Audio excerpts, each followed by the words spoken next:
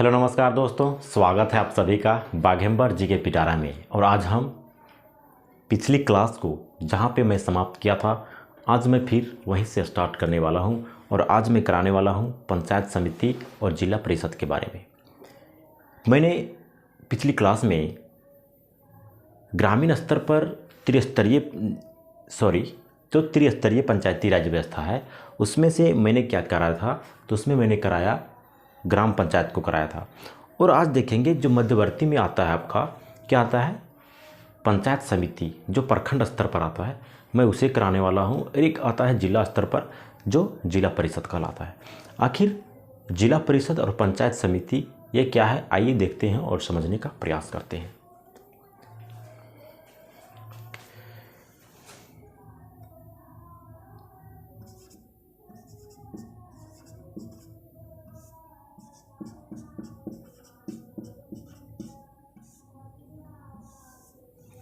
पंचायत समिति इंग्लिश में लिखेंगे तो आप पंचायत से लिखाता है, लेकिन पंचायत कमेटी लिखाता है, समिति की जगह में पंचायत कमेटी। देखिए पंचायत समिति, देखिए ये प्रखंड स्तर पर निर्मित एक समिति होता है जिसे आप पंचायत समिति कहते हैं या उसके पंचायत समिति के रूप में जानते हैं। ठीक है, पंचायत समिति के आखिर सदस्य कौन कौन होते हैं। देखिए अगर इसकी बात करी जाए, प्रत्येक 5000 की जनसंख्या पर एक मेंबर को चुना जाता है पंचायत समिति सदस्य के रूप में। और एक होता है कि जितने भी मुखिया होते हैं, क्या होते हैं, जितने भी मुखिया होते हैं, एक प्रखंड के अंदर बहुत सारे मुखिया होते हैं और वे सारे मुखिया क्या होते हैं, पंचायत समिति के सदस्य होते हैं। ऑल मुखियाज क्या होंगे, पंचायत समिति के सदस्य होंगे। अब देखेंगे एक होता है सह सदस्य, जिसे आप बोलते हैं को मेंबर। आखिर ये को मेंबर कौन होता है, तो एक प्रखंड के अंदर अगर उस प्रखंड से कोई एमपी या एमएलए आता है, एमएलए यानी विधायक, एमपी मतलब मेंबर ऑफ पार्लियामेंट, सांसद। अगर उस प्रखंड से कोई सांसद या विधायक आता है तो वह क्या होगा, पंचायत समिति का को मेंबर होगा, सह सदस्य होगा। चाहे वह सांसद लोकसभा की हो, चाहे वह राज्यसभा की हो, अगर दोनों आते हैं तो दोनों ही क्या होंगे, उस समिति का सदस्य होंगे। और ये जो इलेक्टेड मेंबर हैं, प्रत्येक 5000 की जनसंख्या पर एक सदस्य चुना जाता है, वे सारी मिलकर क्या करते हैं, अपने ही में से क्या करेंगे, अपने ही में से 2 सदस्य को चुनाव करेंगे, जिसमें से एक क्या होगा, एक होगा प्रमुख होगा और एक होगा उप प्रमुख। प्रमुख वही जो पंचायत समिति की बैठक की क्या करेगा, अध्यक्षता करेगा। हालांकि वह अलग बात है कि पंचायत समिति की जो प्रथम बैठक होती है उसकी अध्यक्षता कौन करते हैं, तो अनुमंडल दंडाधिकारी करते हैं। और उसी बैठक में क्या करते हैं, प्रथम बैठक में ही क्या करते हैं, जो इलेक्टेड मेंबर हैं और जो प्रमुख और उप प्रमुख हैं उनका शपथ ग्रहण भी अनुमंडल दंडाधिकारी कराते हैं। इसके बाद की जितने भी बैठक होता है वह कौन करता है, तो वह करता है प्रमुख करता है, और प्रमुख की अनुपस्थिति में उप प्रमुख करता है। और अगर उप प्रमुख और प्रमुख दोनों अनुपस्थित रहें तो ऐसी स्थिति में जितने भी इलेक्टेड मेंबर होते हैं वह उसमें से एक मेंबर का चुनाव करते हैं, एक सदस्य का चुनाव करते हैं, एक कैंडिडेट को चुनाव करते हैं और क्या करेंगे, जो वह उस बैठक की अध्यक्षता करेगा। ठीक है, अब आगे देखते हैं कि अगर पंचायत समिति की जो बैठक होगी, आखिर इसका पता कैसे चलेगा कि कब वो बैठक होगी इन सदस्यों को। तो पंचायत समिति की बैठक जो होती है वह तो प्रथम जो बैठक होती है उसका तिथि का निर्धारण और उसकी अध्यक्षता कौन करते हैं, प्रथम बैठक की, तो प्रथम बैठक की करते हैं अनुमंडल दंडाधिकारी। लेकिन इसके बाद की जितने भी बैठक होते हैं उसमें से जो कार्यपालक पदाधिकारी होते हैं वह क्या करते हैं, 10 दिन पहले जितने भी सदस्य होते हैं, पंचायत समिति के जितने भी सदस्य होते हैं, उन्हें विषय सूची के साथ दिन तारीख के साथ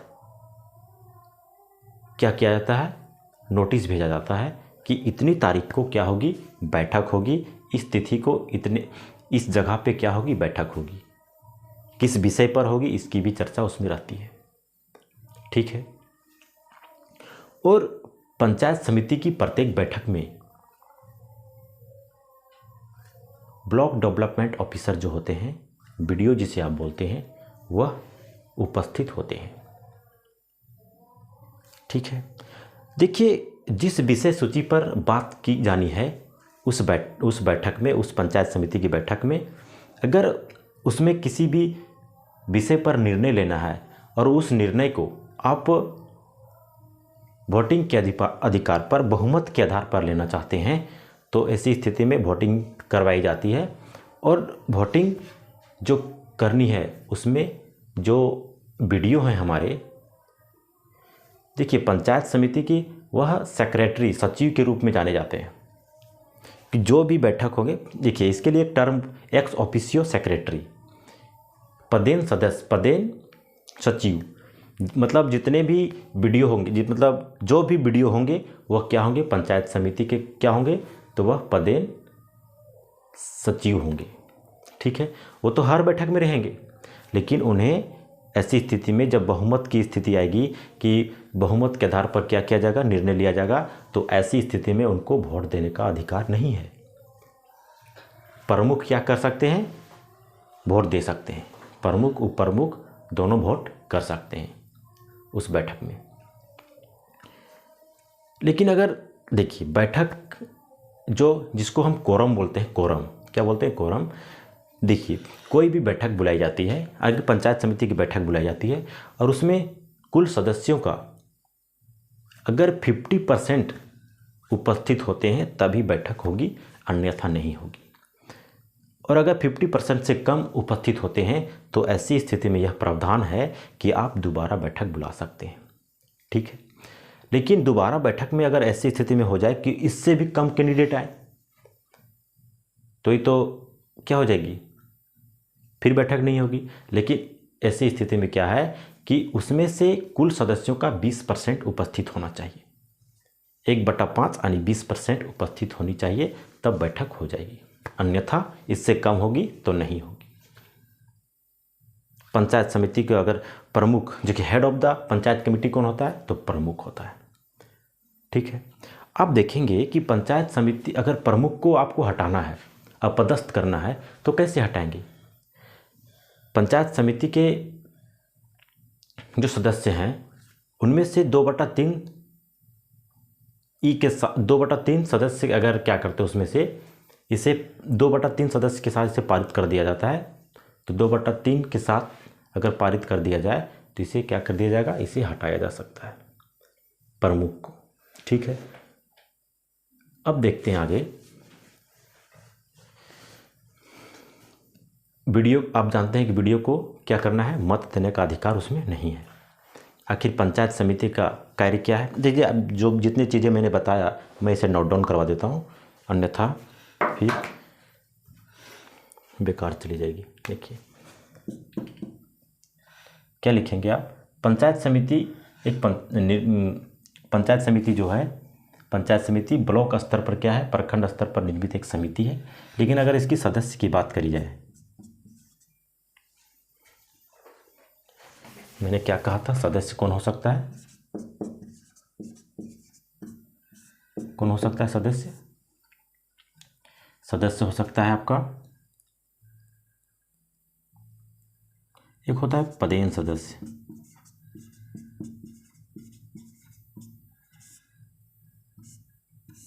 पदेन सदस्य कौन होगा, तो पदेन सदस्य होगा जितने भी मुखिया होंगे, सभी मुखिया।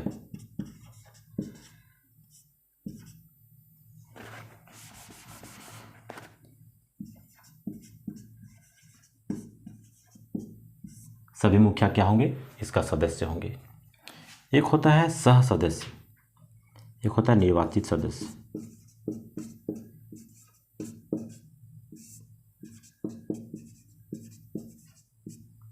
निर्वाचित सदस्य कौन होंगे? प्रत्येक 5,000 की जनसंख्या पर।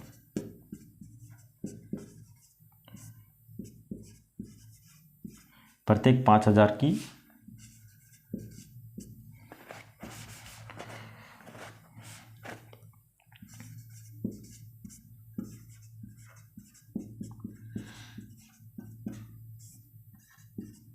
प्रत्येक 5,000 की जनसंख्या पर एक सदस्य को क्या किया जाता है?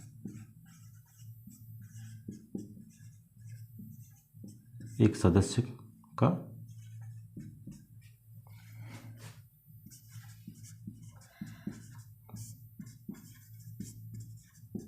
चुनाव किया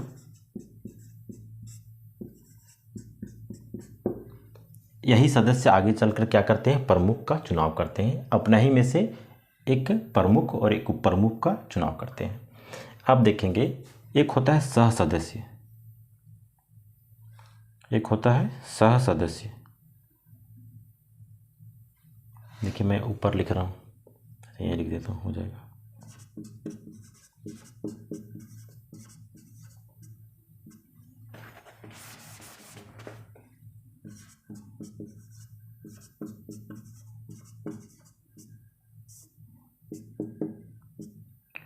सह सदस्य, सह सदस्य कौन होगा?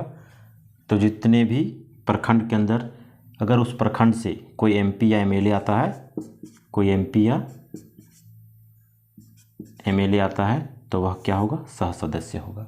अगर दोनों आते हैं तो दोनों सह सदस्य होंगे। ठीक है, देखिए मैं इसे इरेज कर रहा हूँ।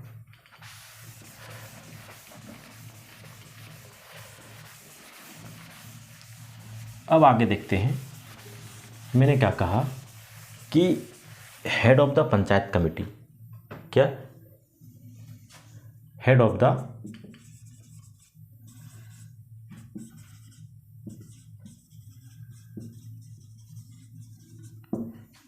पंचायत कमेटी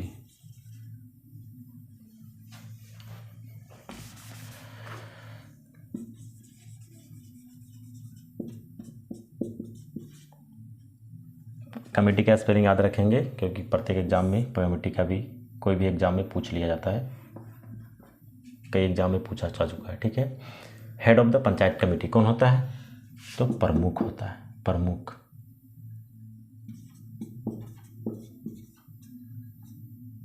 कौन होगा? प्रमुख। देखिए प्रमुख एक पद है, समझे ना? ऐसे आप प्रमुख के तौर पर ये नहीं सोच लेंगे कि कोई प्रमुख है, प्रमुख एक पद है, प्रमुख।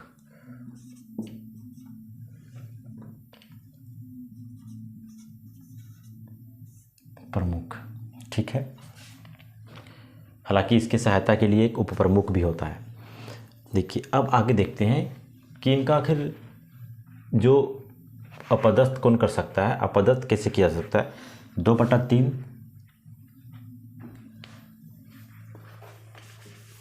2/3 के साथ अगर इसको क्या कर दिया जाए? पारित कर दिया जाए।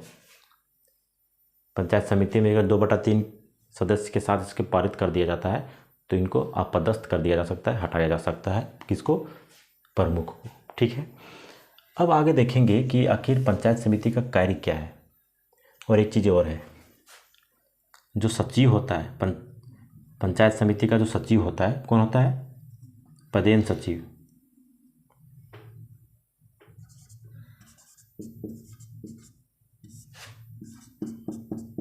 पंचायत समिति के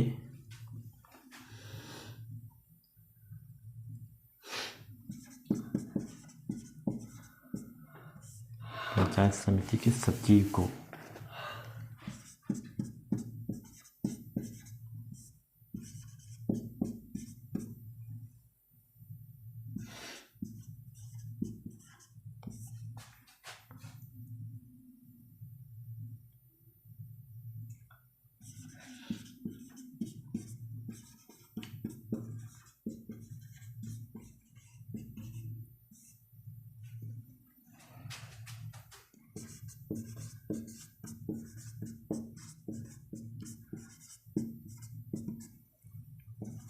पंचायत समिति के सचिव को मतदान करने का अधिकार नहीं होता है।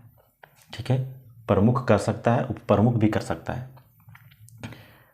ठीक है। अब देखेंगे हम कि पंचायत समिति, जिला परिषद के बारे में। तो जिला परिषद में मैंने क्या कहा कि जिस तरह से आपने देखा कि जिला, पहले आपने देखा ग्राम पंचायत, तो ग्राम पंचायत के जो सदस्य होते हैं प्रत्येक 5000 की जनसंख्या पर एक सदस्य को चुन लिया जाता है और वही क्या करते हैं, मुखिया का चुनाव करते हैं। हालांकि इसमें जो देखे होंगे आप, हम लोग डायरेक्ट मुखिया का चुनाव में डायरेक्ट वोटिंग कर देते हैं, लेकिन जो लिखित प्रावधान है आप देखेंगे उसमें, तो जो है यह क्या करते हैं कि जो 5000 की जनसंख्या पर एक सदस्य, 500 की जनसंख्या पर एक ग्राम पंचायत सदस्य चुना जाता है, वही क्या करते हैं, मुखिया का चुनाव करते हैं। ठीक है, लेकिन हम लोग तो डायरेक्ट वोटिंग कर देते हैं मुखिया चुनाव में जाके। ठीक है, इसी तरह से प्रत्येक 5000 की जनसंख्या पर देख लिए आप, तो जिला परिषद आप देखेंगे तो यह 50000 की जनसंख्या पर,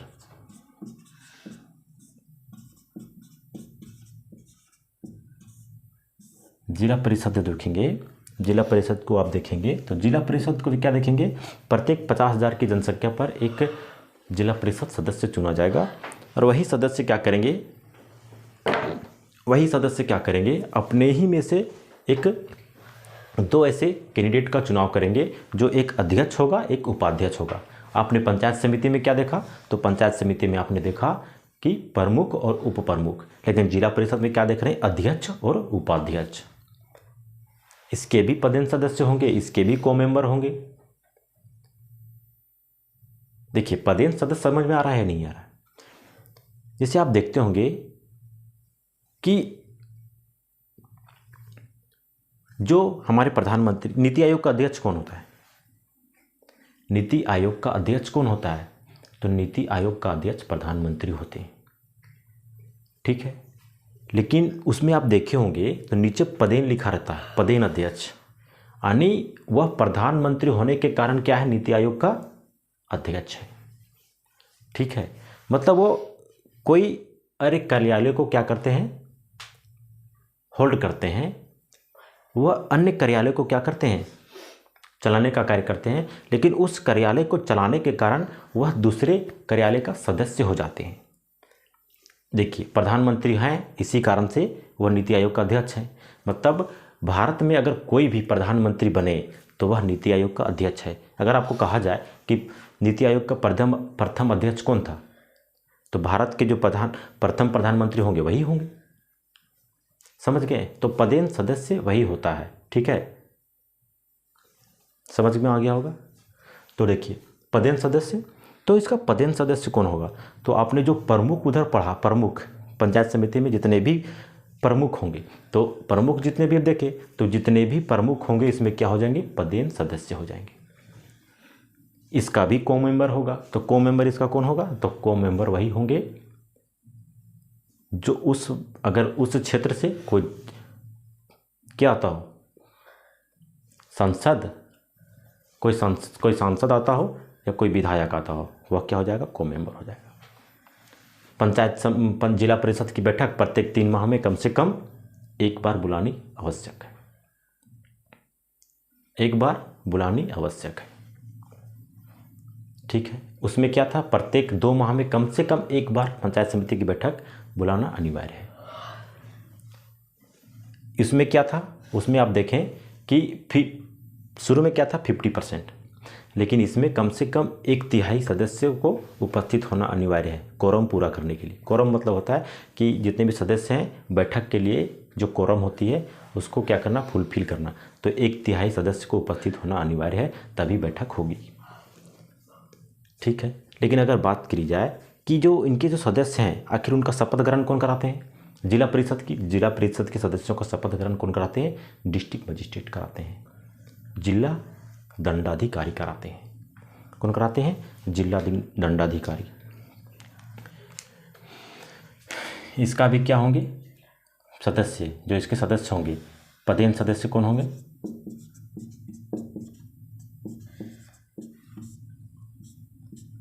पदेन सदस्य कौन होंगे, जितने भी प्रमुख होंगे, प्रमुख जितने भी प्रमुख होंगे सभी प्रमुख। ठीक है, अब आगे देखेंगे को मेंबर। एक होता है निर्वाचित सदस्य,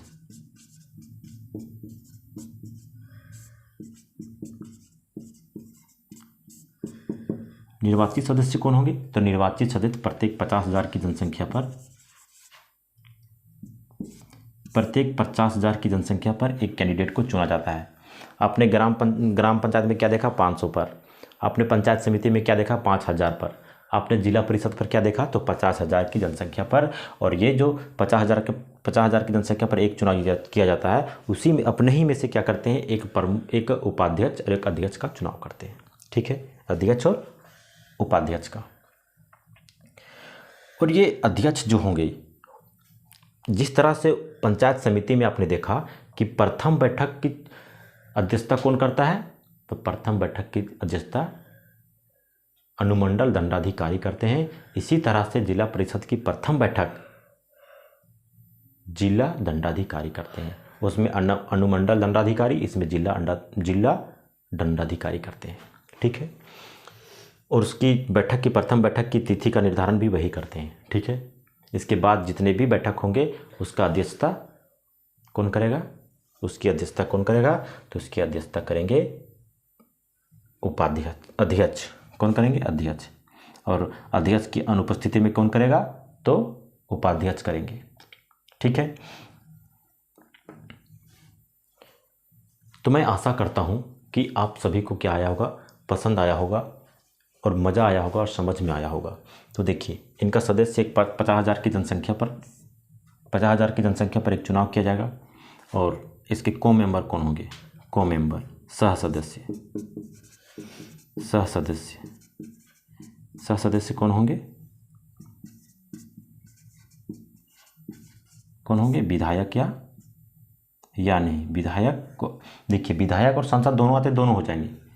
विधायक और सांसद दोनों हो जाएंगे। अगर उस क्षेत्र से दोनों आते हैं तो दोनों हो जाएंगे।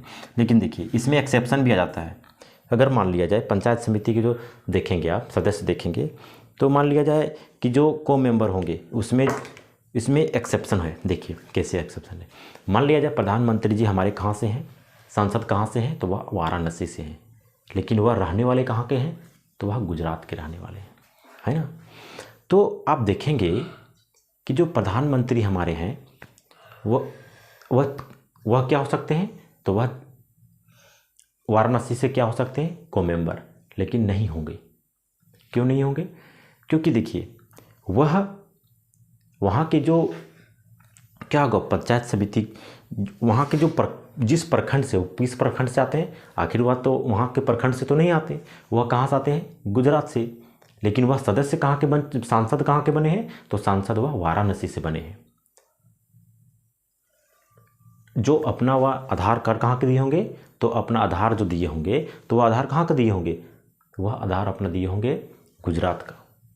लेकिन वह सांसद कहाँ से बने हैं? वाराणसी से। तो ऐसी स्थिति में वह ना ही गुजरात से बन सकते हैं, ना ही वह वाराणसी से बन सकते हैं। तो ऐसी स्थिति में आप देखेंगे एक्सेप्शन भी काम करता है। ठीक है, चलिए ठीक है। तो आशा करता हूँ कि आप सभी को ये जो क्लास थी आपको समझ में आया होगा, पंचायत समिति और जिला परिषद। देखिए, पंचायत समिति अगर इसका कार्य क्या है? पंचायत समिति का कार्य क्या है बताइए आप, क्या कार्य है? तो पंचायत समिति का कार्य क्या है? जितने भी राज्य सरकार द्वारा या केंद्र सरकार द्वारा क्या है, जितने भी कार्य सौंपे गए हैं या जिला परिषद द्वारा जितने भी कार्य सौंपे गए हैं, वह क्या करता है? पंचायत समिति करता है। और ग्राम पंचायत पर जितने भी प्रोग्राम, जितने भी योजनाएं चल रहे हैं, उसका विचार विमर्श करना और उसका समेकन करना, और समेकित किए गए योजनाओं को क्या करना? जिला परिषद को प्रस्तुत करना। यही इसका कार्य है। सामुदायिक विकास कार्य करना, ये भी हो सकता है। ठीक है, मैं आशा करता हूँ कि आप सभी को समझ में आया होगा। ठीक है, तो आज के लिए इतना ही। तब तक के लिए आप अपना ख्याल रखें। जय हिंद।